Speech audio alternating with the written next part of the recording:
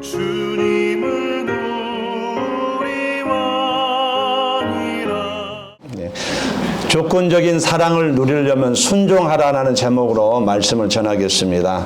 사람들은 흔히 하나님의 사랑을 무조건적이다라고 말을 합니다. 맞습니다. 하나님의 사랑은 조건이 없습니다. 정말 조건이 없습니다. 죄인인 우리를 먼저 사랑하셨습니다. 하나님은 우리가 준비되었기 때문에 사랑하는 것이 아니라 우리가 여전히 죄인 되었을 때 먼저 사랑하셨습니다. 내가 추악하고 있을 때에, 범죄하고 있을 때에, 사람 구실을 못하고 있을 때에, 사람 때문에 살지 못하고 있을 때에 하나님은 나를 먼저 찾아오셨습니다. 그 신설동 오거리에 나한테 찾아오셨어요. 사람 같지도 않은 삶을 살고 있을 때 나를 먼저 사랑하셨습니다. 찾아오셨습니다. 신분이나 성별이나 인종에 상관없이 하나님은 나를 구원하여 주셨습니다. 하나님은 우리를 조건 없이 사랑하셨습니다. 할렐루야. 예, 조건 없이 사랑하셨습니다. 그러나 우리는 여기서 한 가지를 더 붙잡아야만 되는 것입니다. 성경은 하나님의 사랑을 단순히 무조건적인 사랑으로만 말하지 않는다는 얘기예요. 은혜로 구원받은 자에게는 조건적인 책임이 주어진다고 말합니다. 영생에 있는 그리스도인에게는 조건적인 책임이 주어진다고 말합니다. 성도에게는 조건적인 책임이 주어진다고 말하는 것입니다. 우리가 구원받을 때는 아무런 조건이 없습니다. 무조건의 사랑으로 이미 구원을 받았습니다. 그러나 구원받은 이후에도 하나님의 그 사랑을 끝까지 누리며 살려면 반드시 조건을 갖춰야 된다, 이렇게 말하고 있습니다. 아기가 태어났을 때에 부모는 아기의 조건을 보고 사랑하지 않습니다. 아기가 어떤 외모를 가졌는지, 이 다음에 얘가 공부를 잘하는지 뭐하는지 상관없습니다. 성격이 어떨지 전혀 모릅니다. 아기는 아무것도 할 줄 모릅니다. 그러나 부모는 아기가 세상에 태어난 순간부터 이미 사랑하고 있어요. 아기가 밤새 울고 먹고 싸고 심지어 부모를 힘들게 하지만 부모는 끝없이 아기를 품어주게 되어 있습니다. 이것이 바로 무조건적인 사랑입니다. 그런데 아기가 자라서 청소년이 되고 젊은이가 되어가고 청년이 되고 이제는 부모의 말을 알아듣고 옳고 그름을 분별할 수 있는데, 그런데도 부모를 거역하고 부모의 권면을 무시한다면 어떻게 되겠습니까? 부모의 사랑 자체는 변하지 않습니다. 여전히 자식을 향하고 있어요. 그 사랑은 변하지 않습니다. 부모는 자녀를 어떤 게도 버리지 않습니다. 그렇지만 그 자녀는 부모에게 순종하지 않음으로 인해서 그 부모의 사랑을 누리며 사는 기쁨을 잃어버리게 된다는 것이에요. 부모의 무조건적인 사랑은 계속 흐르지만 순종하지 않으므로 그 자녀가 얼마든지 그 사랑을 누릴 수 있는데 누리지 못하게 된다라고 말을 하는 것입니다. 조건 없는 사랑으로 우리가 구원받았습니다. 구원받은 후에도 우리가 계속 하나님의 사랑을 누리며 살아갈 수 있습니다. 그러려면 조건이 있다는 얘기예요. 구원해 주신 사랑은 조건이 없지만 구원받은 이후에도 내가 영생에 들어갈 때까지 그 사랑을 누리며 살려면 조건을 갖춰야 되는데, 그것이 뭐냐면 성경은 순종이라고 말을 합니다. 하나님의 사랑을 누리지 못하면요, 아무리 구원받았다 할지라도, 영생이 있다 할지라도 삶은 두려움에 사로잡히게 되어 있습니다. 항상 하나님의 자녀이면서부터 죄에 끌려다니며 살게 되어 있습니다. 사랑과 관계를 제대로 맺을 수가 없어요. 하나님의 사랑을 받지 않으면 맺을 수가 없습니다. 삶의 방향을 잃어버릴 수밖에 없습니다. 우리에게 영생에 있다 하더라도 하나님의 사랑을 받지 않으면 우리는 이런 삶을 살아갈 수밖에 없다는 얘기예요. 그러나 하나님의 사랑을 여러분이 누리게 된다면 두려움은 떠나갑니다. 담대해져요. 죄와 시험을 얼마든지 이길 수 있는 힘이 생깁니다. 가정과 교회를 사랑으로 채워나갈 수 있습니다. 더 나아가서는 하나님의 사랑을 받게 되면 아무리 고난 중에도요, 소망을 가지고 기쁨 가운데 이 나그네 인생길을 가게 된다는 얘기예요. 구원해 주신 사랑에는 조건이 없습니다. 구원받은 이후에도 반드시 하나님의 사랑을 누리며 살아가야 되는데 그러려면 조건이 있다는 얘기요. 그 순종입니다. 이것을 우리가 조건적인 하나님의 사랑이라고 조건적인 하나님의 사랑. 그것은 순종이다. 예. 조건적인 하나님의 사랑을 누리려면 우리가 어떻게 순종해야 되겠습니까? 오늘 본문 그 사랑하는 순종의 방법을, 조건적인 하나님의 사랑을 누리려면 순종하라고 말하는데 그 방법을 말하고 있습니다. 우리가 구원에 대해서는 하나님의 사랑은 무조건적입니다. 한 번 더 살펴보기를 원합니다. 하나님이 세상을 이처럼 사랑하사 독생자를 주셨으니 이는 그를 믿는 자마다 멸망하지 않고 영생을 얻게 하려 하심이라. 우리의 신분이나 우리의 배경이나 빽이나 아무런 인종이나 상관없이 구원하여 주십니다. 모든 사람을 향한 하나님의 무조건적인 사랑을 보여주는 것이에요. 또 로마서 5장 8절 말씀, 우리가 아직 죄인 되었을 때에 그리스도께서 우리를 위하여 죽으심으로 하나님께서 우리에 대한 자기의 사랑을 확증하셨느니라.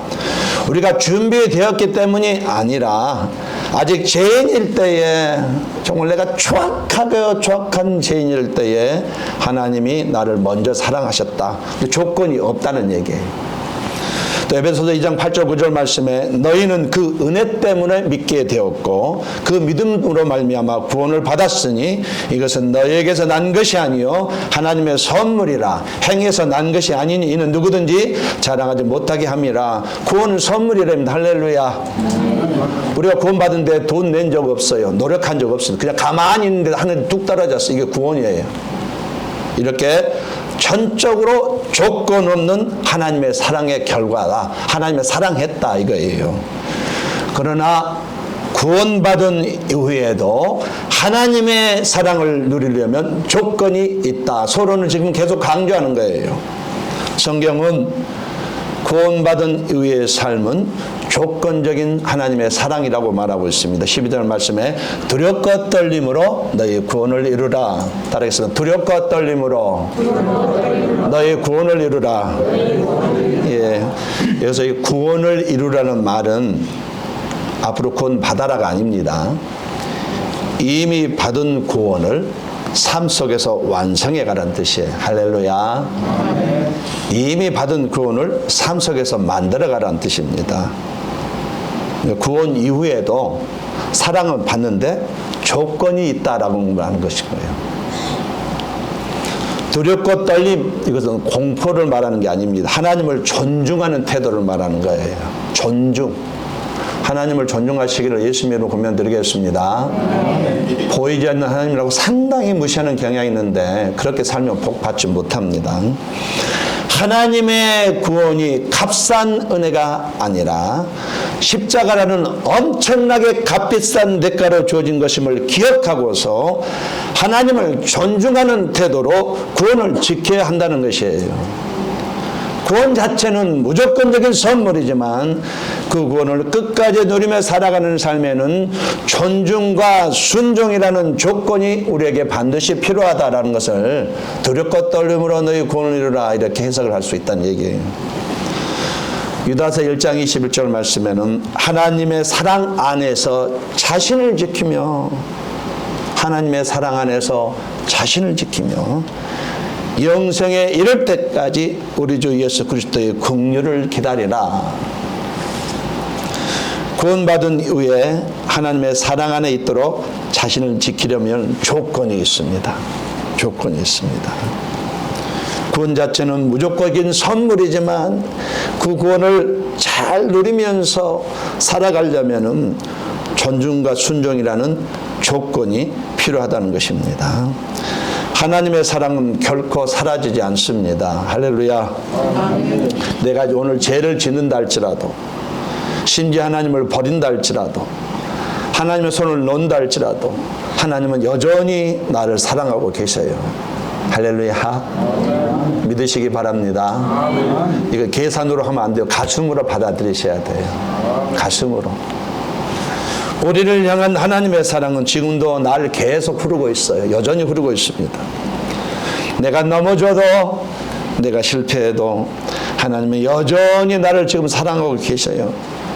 그 사랑은 날마다 성경은 아침마다 새롭게 공급이 된다고 말합니다. 아침마다 새롭게 그 사랑이 공급이 된다고 말합니다. 하나님의 사랑은 한 번이 아니고 매일 아침 새롭게 경험되어진 은혜라고 성경은 분명히 약속을 하고 있어요.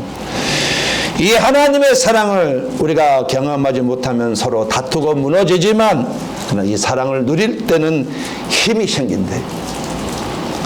시험과 고난을 이길 수 있답니다. 이 사랑을 누릴 때 가정을 세워나가고 공동체를 세워나갑니다. 이 사랑을 누릴 때에 세상에 나가서도 소금과 빛으로 살아갈 수 있다는 얘기예요. 구원받은 이후에 이 사랑을 누리며 살아가야 우리가 승리하게 되는데, 그런데 이 사랑을 누리려면 조건이 있는데 순종이라는 것이에요. 자, 조건적인 하나님의 사랑을 받으려면 우리가 어떻게 순종해야 되겠습니까? 우리가 남은 인생 하나님의 사랑을 누리려면 순종해야 되는데 대체 이 순종을 어떻게 순종해야 되느냐? 첫 번째로 조건적인 하나님의 사랑을 받으려면 말씀에 순종하라고 하나님께서 말씀합니다. 말씀을 우리에게 주신 것은 복을 주시려고 주신 거죠. 골탕 먹이려고 주신 것이 아니에요. 할렐루야. 그러므로 매일 성경 3장을 읽으시기로 권면합니다. 아멘 하십시오. 배가 고프면 숟가락이 부러져도 밥을 퍼 드시면서 하루에 성경 3장을 안 읽는다는 건 말이 안 되는 거예요. 12절 말씀, 항상 복종하라라고 말하고 있습니다. 너희들이 이 사랑을 누리려면은 순종이 필요하다 이 말한 거예요. 요한복음 14장 21절 말씀 같이 한번 읽어보겠습니다. 시작. 나의 계명을 가지고 지키는 자라야 나를 사랑하는 자니 나를 사랑하는 자는 내가 아버지의 사랑을 받는 것이요 나를 사랑하는 자에게 나타나리라. 아멘. 우리 부모의 사랑도 무조건적이지만 자녀가 부모의 말씀에 순종할 때에 그 사랑을 더 풍성히 누릴 수 있는 것처럼 우리의 구원의 은혜는 값없이 주어진 것이지만 그 사랑을 계속 누리려면은 말씀에 순종해라 이렇게 하나님께서 가르치고 계세요. 요한일서 2장 5절 말씀에 누구든지 그의 말씀을 지키는 자는 하나님의 사랑이 참으로 그 속에서 온전하게 되었느니 말씀을 지키면 너희들의 사랑을 무지하게 받게 된다 이 말이에요. 이미 흐르고 있는 사랑을 무지하게 경험하게 된다. 온전하다는 것은 말씀을 지킨다는 걸 말하는 겁니다. 이렇게 말씀을 지킬 때에 계속 흐르고 있는 사랑의 너희들이 그 사랑을 경험하게 된다 이 뜻이에요. 어느 청년이 있었습니다. 그는 부모의 아낌없는 사랑과 지원을 받으면서 대학까지 들어갔답니다. 부모는 뒷바라지 하느라고 등골이 휘도록 벌어서 돈을 보냈습니다. 자신의 필요는 줄이고 먹지 못하고 입을 걸 못 얻으면서 아들을 교육시켰어요. 자녀의 장래를 위해서 모든 것을 쏟아 부었답니다. 그러나 그 청년은 부모의 마음을 헤아려되지 못하고 술과 방탕에 빠져서 생활을 낭비했답니다. 결국 학업도 포기하고 친구도 잃고 남은 것은 빚뿐이었대요. 졸업도 안 했는데 빚만 남았답니다. 부모의 사랑은 그래도 여전히 있었습니다. 그러나 그 청년은 그 부모의 사랑을 누리지 못한 것입니다. 왜냐하면 순종하지 않았기 때문이라는 것이에요. 그런데 시간이 흐른 후에 그는 눈물을 흘리며 부모에게 돌아와 회개했습니다. 그 순간 다시 부모의 품에 안기며 사랑이 회복되는 경험을 했습니다. 부모의 사랑은 처음부터 변하지 않았지만 그 사랑을 누리려면 순종이 필요했던 것이에요. 하나님의 사랑도 마찬가지입니다. 하나님은 우리를 버리지 않으셔요. 하나님의 사랑은 지금도 나를 위해서 거침없이 흐르고 있습니다. 거침없이 흐르고 있습니다. 그러나 저와 여러분이 하나님 말씀을 무시하고 계속 불순종의 길을 가면 이 하나님의 사랑이 아무리 흘러도 그 사랑을 체험하는 기쁨은 잃어버리게 된다는 얘기예요. 말씀을 들으면서도 순종하지 않으신다면 구원은 받았으나 하나님의 풍성한 사랑을 누리면 사라진다는 말인 것이에요. 하나님의 말씀을 따라서 서로 사랑하고 존중할 때에 가정이 세워지는 것이에요. 그러나 불순종하면 가정에서도 그 사랑을 누리지 못하는 것입니다. 하나님 말씀대로 정직과 성실로 살아갈 때에 어디서든지 주의 사랑을 누리지만 거짓과 탐욕을 따르면 결국 그 사랑과 평안은 영생이 있음에도 불구하고 누리지 못한다는 사실이에요. 그러니까 우리의 삶은요, 영생에 들어갈 때까지 이 삶이 문제인데, 이 삶을 하나님 사랑을 누리며 살아야 되는데 말씀에 순종해야 된다, 이 말입니다. 순종은 무거운 짐이 아니다. 따라서 순종은 무거운 짐이 아니다. 예, 하나님께서 내게 복을 주시려고 말씀하신 거예요. 아버지가 나에게 뭔가 요구를 하시는데 뭔가 주시려고 말씀하시는 것이에요. 순종은요, 하나님의 사랑을 풍성히 경험하는 열쇠라고 또 말하는 것이에요. 말씀을 따르는 순간 주님의 사랑이 나의 삶을 채우기 시작합니다. 하나님의 사랑은 오늘도 변하지 않고 있어요. 나에게 계속 흐르고 있어. 그러나 그 사랑을 내가 경험하려면 나의 순종에 달려 있습니다.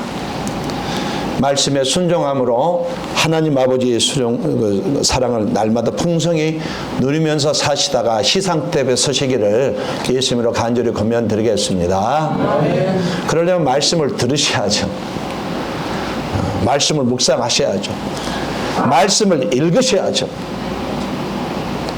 다른 교회는 그런 분이 있답니다.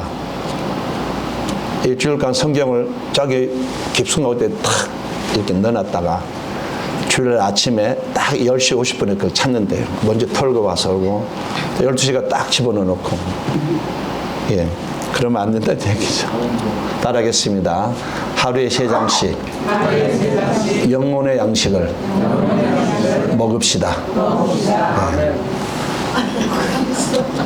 밥을 3끼를 먹으니까 하루에 한 장 3장씩 꼭 영적인 양식을 드시라고. 우리 교회는 그런 사람이 없지만 육신적으로는 포동포동 하시면서 영적으로는 빼빼 말란 사람이 있대요. 밥을 안 먹어서. 하나님은 다 보고 계신데. 말씀에 순종하시기를 예수님의 이름으로 권면드리겠습니다. 우리가 말씀을 벗어나지고 어떻게 복을 받겠어요? 어떻게 복을 받겠어요? 두 번째로 조건적인 사랑을 받으려면 성령의 음성에 순종하라. 같은 말이지만 약간 다르게 표현하는 거예요. 성령의 음성에 순종하라고 말합니다. 13절 말씀, 너희 안에서 행하시는 이는 하나님이시니 자기의 깊으신 뜻을 위하여 너에게 소원을 두고 행하게 하시나니. 우리가 순종하고 하나님의 자녀답게 살아갈 수 있는 힘은 우리 자신에게 있지 않다는 것이에요. 하나님에게서 우리 안에 성령을 두셔서 순종하게 하신다고 말하고 있습니다. 에스겔서 36장 37절 말씀에 또 내 영을 너희 속에 두어 너희로 내 율례를 행하게 하겠다. 성도의 삶은 내 힘으로 사는 것이 아닙니다. 내 노력으로 사는 것이 아니에요. 내 안에 계신 성령의 도움으로 사는 삶이다는 얘기예요. 하나님의 조건적인 사랑을 누리시기를 원하신다면 반드시 절대적으로 성령의 감동에 민감하게 반응하셔야 됩니다. 성령께서 말씀으로 깨닫게 하시고 기도 중에 가슴에 감동을 지어주시고 성령이 주신 생각이 있고 성령이 주신 감동이 있고 성령이 주신 명령이 내 온몸을 감쌀 때에 귀를 기울이고 순종할 때에 하나님의 사랑이 체험되기 시작하는 것이에요. 어느 성도가 계셨습니다. 그는 늘 기도 중에 작은 감동을 느꼈다고 합니다. 어떤 날은 성령께서 안에서 오늘은 그 사람을 한번 찾아가 봐라 이렇게 생각을 주시더래요. 또 어떤 날은 야, 그 시어머니, 네 시어머니 용서해라 이런 마음도 주시더랍니다. 어떤 너 좀 요즘에 말씀을 좀 가까이 해야 되지 않겠니 이런 생각도 주시더래요. 그러나 그는 늘 이렇게 생각했습니다. I don't care. 나하고 상관없다고. 이건 그냥 내 마음일 거라고, 바쁘니까 지금 안 되겠다고 이렇게 했답니다. 그렇게 성령의 세미한 음성을 무시하며 살았는데, 그러던 어느 날 그는 삶의 큰 위기를 맞이했답니다. 그때 성령께서 강하게 말씀하시더래요. 지금 당장 무릎 꿇고 기도해라. 그래서 순종했답니다. 순종했더니 그 자리에서 눈물이 터지면서 하나님이 살아계시다는 확신이 들게 되었고 놀라운 평안을 경험했대요. 그리고 그 다음부터 성령이 주신 생각을 소홀히 않고 웬만하면 순종하려고 노력했답니다. 그렇게 노력했더니 삶이 문제가 풀리더랍니다. 집안에 문제가 풀리더랍니다. 직장에 문제가 풀리기 시작하더래요. 관계가 해결되더랍니다. 그래서 나중에 이렇게 고백했습니다.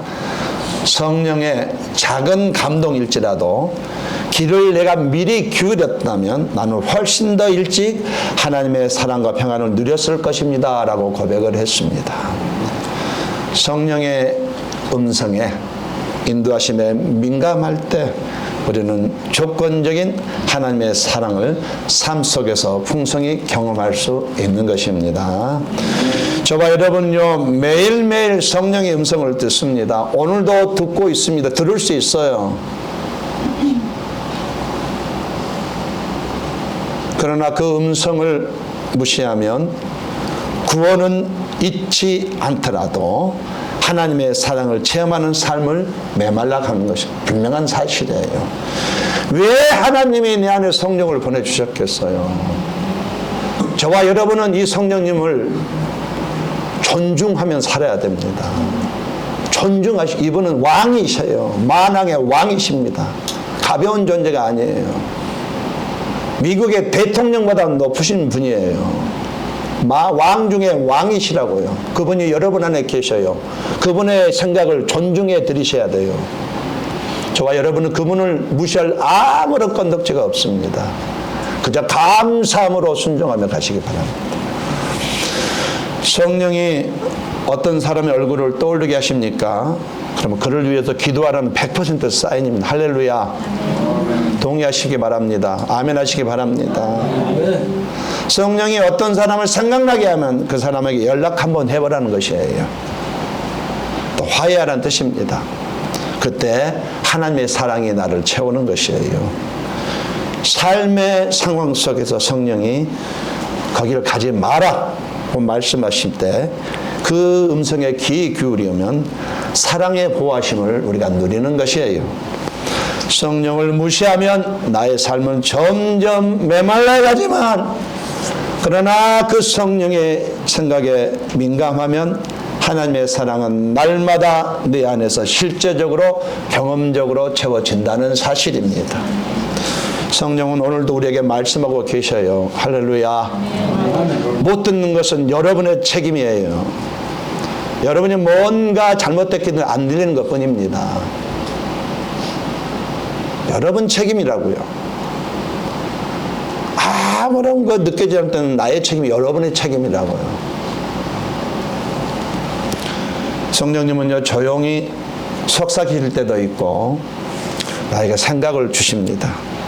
내 가슴이 어떨 때는 감동으로 채워주시고 어떤 것은 내 머리끝부터 발끝까지 명령으로 채워줄 때가 있어요. 그때 귀를 기울이시고 순종하시기 바랍니다. 우리는 하나님의 사랑을 그때 경험하게 되는 것이에요.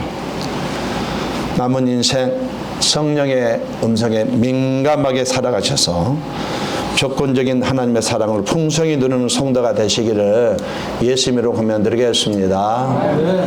옆 사람과 인사하겠습니다. 당신 안에 성령님이 계십니다. 자, 이와 같이 첫 번째로 조건적인 사랑을 받으려면 말씀에 순종하시기 바랍니다. 두 번째로 조건적인 사랑을 받으려면 성령의 음성에 순종하십시오. 같은 말이에요. 마지막 세 번째, 조건적인 사랑을 받아 누리려면 교회 안에서 순종하라고 주님이 말씀합니다. 에베소서 5장 20절 말씀 같이 한번 읽어보겠습니다. 시작. 너희를 인도하는 자들에게 순종하고 복종하라. 그들은 너희를 위하여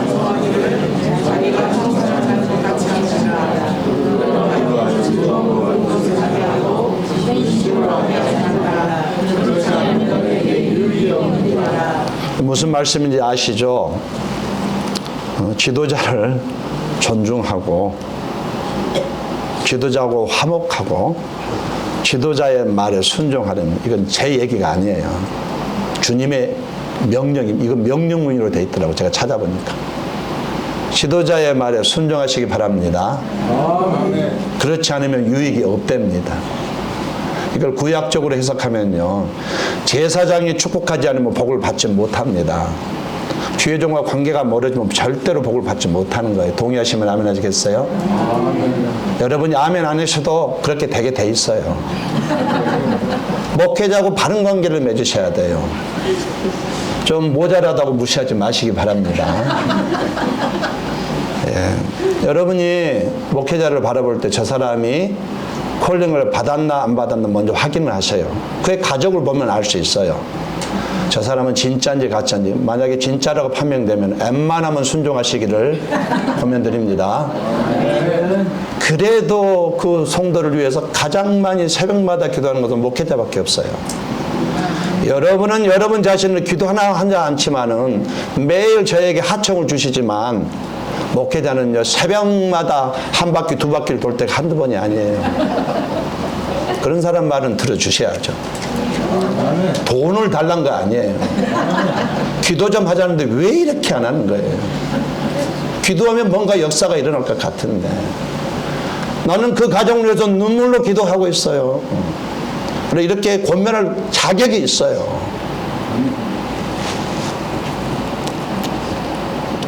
성경은 분명히 말합니다. 제사장이 축복하지 않으면 복을 받지 못해요. 성도는. 이게 원리예요. 질서의 원리입니다. 청년들도 주의 종과 관계를 잘 맺으시기를 예수님 간절히 축원합니다. 목사의 눈 안에 들어와야 돼요. 그래야만 기도가 되면 축복하는 거예요. 솔직하게 얘기해서. 매우 중요해요. 제 얘기가 아닙니다. 제 얘기가 아니에요. 주님의 얘기예요. 목회하는 게 얼마나 힘들지 아시죠? 교회마다 시어머니들이 너무 많았어요. 머리가 짧다고 뭐라 그러지, 또 길면 길다고 뭐라 그래. 면도가 됐으면 됐다고 하고, 좀 짧다고 뭐라 그러고, 얼굴이 비었으면 비었다고 또 뭐라 그래. 옷을 잘 입으면 제비 같대요. 옷을 잘못 입으면 목사님 좀 준비해서 입으십시오. 어디에다 맞춰야 돼요, 대가 대체. 어디에다가.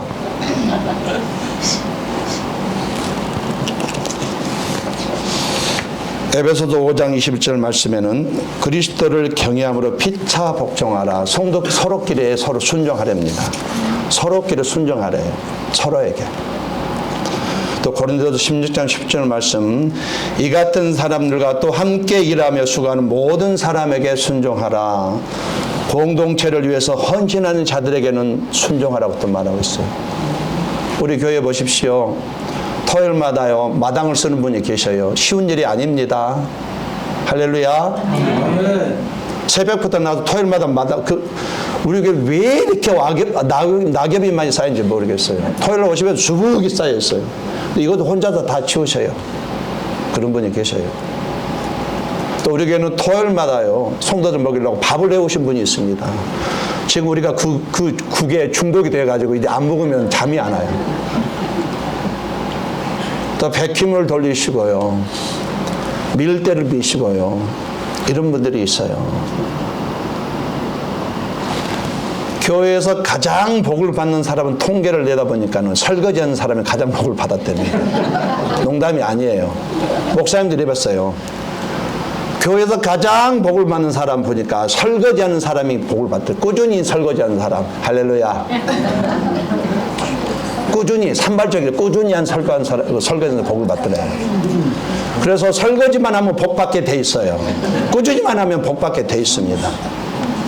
하나님이 그런 모습을 본다는 얘기예요.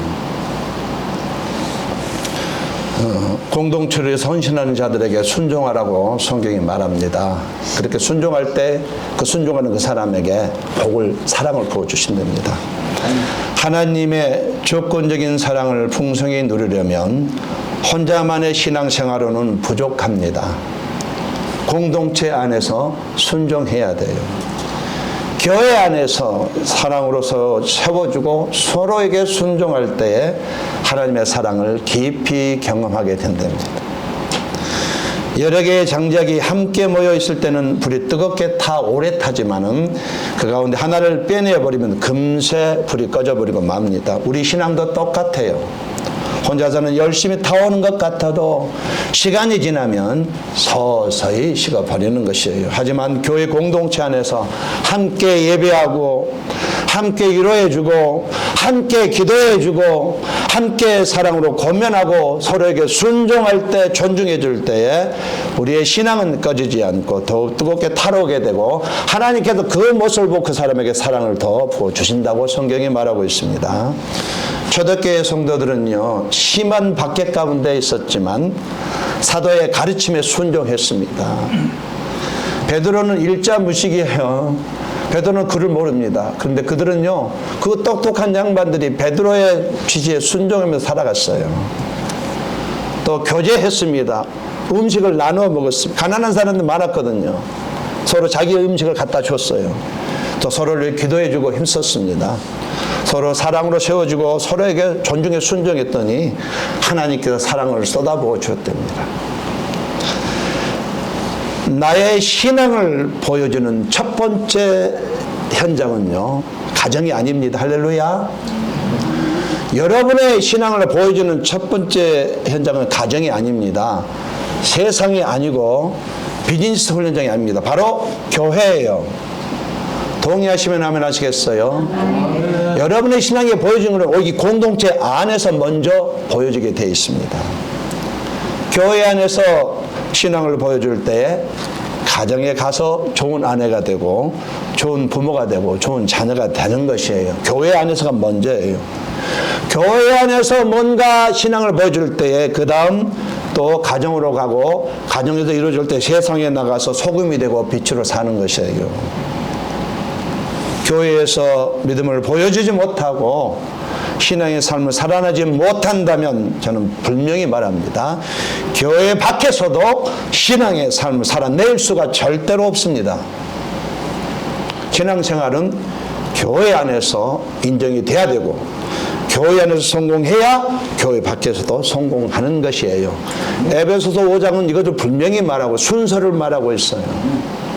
동의하시면 아멘 해주십시오. 아멘. 교회 공동체 안에서 인정받으시기 바랍니다. 교회 공동체 안에서 순종하시기 바랍니다. 그때 사랑이 부어지는 것이에요. 나의 순종을 받은 사람이 나를 사랑해 주게 되고 내가 순종하는 이 모습을 하나님이 니 참 겸손하다. 그렇게 순종하니 교회가 저 든든히 세워져 가지면서 나에게 또 사랑을 풍성히 부어주시는 것이에요. 교회 안에서 순종하시기를 예수님으로 간절히 권면드리겠습니다. 말씀의 결론을 맺겠습니다. 오늘 우리가 함께 나눈 말씀의 핵심은 분명합니다. 구원은 무조건적인 하나님의 사랑의 선물입니다.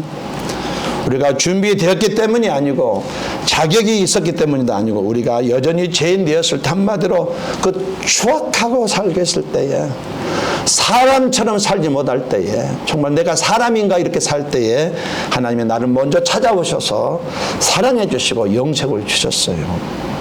이게 무조건적인 사랑입니다. 그러나 이제 영생에 들어갈 때까지 구원받은 이후에 이 나그네 인생길 저와 여러분이 사랑받으며 살려면 조건이 있는데 그것이 바로 순종이라고 말하고 있습니다. 말씀에 순종하십시오. 성령의 음성에 민감하게 순종하십시오. 교회 공동체 안에서 순종하십시오. 교회 안에서 인정을 받으십시오. 이렇게 순종할 때에 하나님은 우리에게 사랑은 날마다 더 부어주심으로 누리면서 살아가게 해주시는 것입니다. 구원은 은혜로 주어졌지만 그 사랑을 풍성히 누리는 길은 우리의 순종에 달려 있습니다. 구원은 은혜로 시작되었지만 그 사랑을 누리면 여러분의 순종과 헌신에 달려 있습니다. 오늘도 남은 인생 한 주간 동안 순종함으로 하나님의 상을 누리면서 사시다가 다음 주에 만나시기를 예수님으로 간절히 축원합니다.